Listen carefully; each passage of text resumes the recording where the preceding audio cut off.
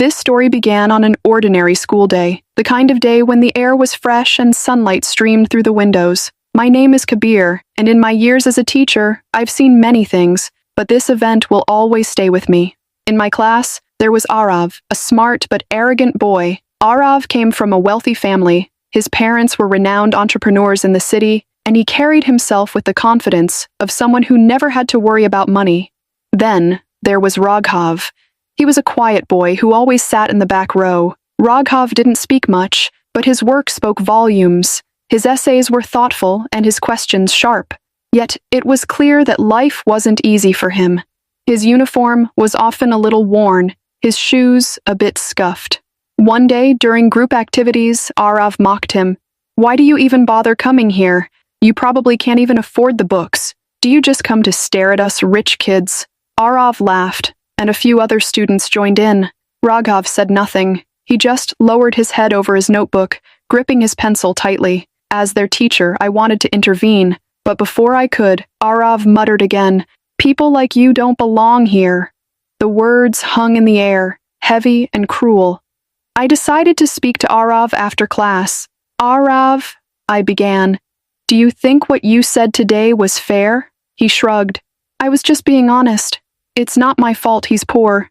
Honesty without kindness isn't honesty, it's cruelty," I said. "Do you even know Raghav's story? Do you know why he's here?"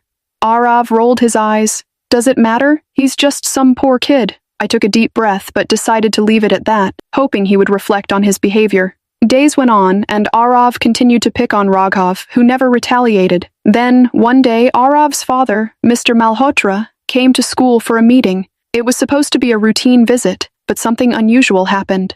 As Mr. Malhotra walked past the students during their break, he stopped abruptly, staring at Raghav, who was sitting alone under a tree. Mr. Malhotra's face turned pale. He approached me and asked, "Who is that boy?" "That's Raghav," I replied, puzzled. "Why?" Without answering, he walked over to Raghav. From a distance, I saw him speak to the boy. Raghav looked confused, but nodded hesitantly. The next day, Arav didn't come to school. When he returned, he was quieter, almost subdued. During the break, I saw him approach Raghav. "Hey," Arav said awkwardly. "Can I sit here?"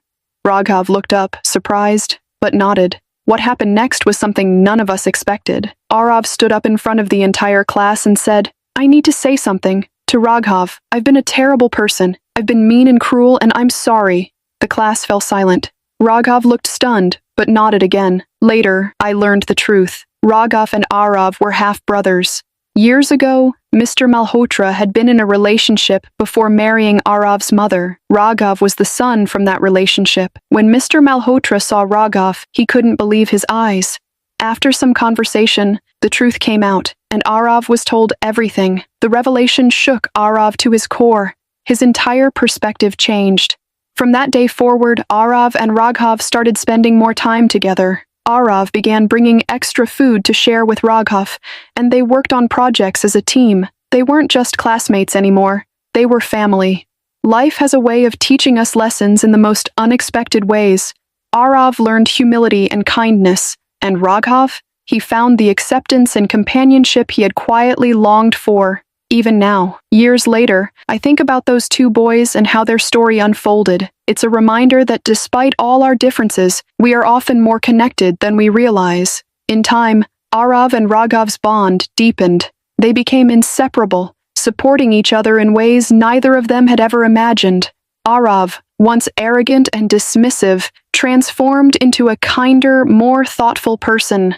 Raghav, who had always been quiet and reserved, gained confidence and a sense of belonging. One day, during the school's annual sports event, Arav stood on stage and said, "I used to think the differences between us were too great, but Raghav, you're not just a friend, you're my brother, and I'm proud to stand by your side." The entire school applauded, and Raghav smiled, his eyes glistening with tears. Their friendship inspired others in the class to see beyond wealth or status.